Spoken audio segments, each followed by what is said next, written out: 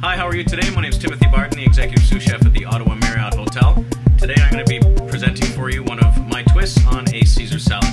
The elements in this dish, I have double smoked bacon, which I've already laid out flat, pressed between two baking trays to keep it nice and flat, and baked in the oven about 350 degrees for about 5 or 10 minutes until it's nice and crisp.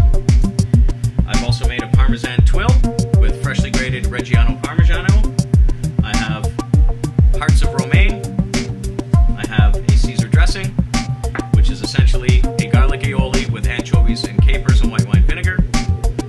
And to make the twill, what I've done is I've shredded the fresh Reggiano Parmigiano and I've laid it out on a baking tray as such, nice and uniform, patted it down a little bit, and then I threw it right in the oven, 350 degrees, for about 5 or 6 minutes. And essentially what it's going to do is it's going to bubble down, and it gives it the kind of holy texture that you have right here.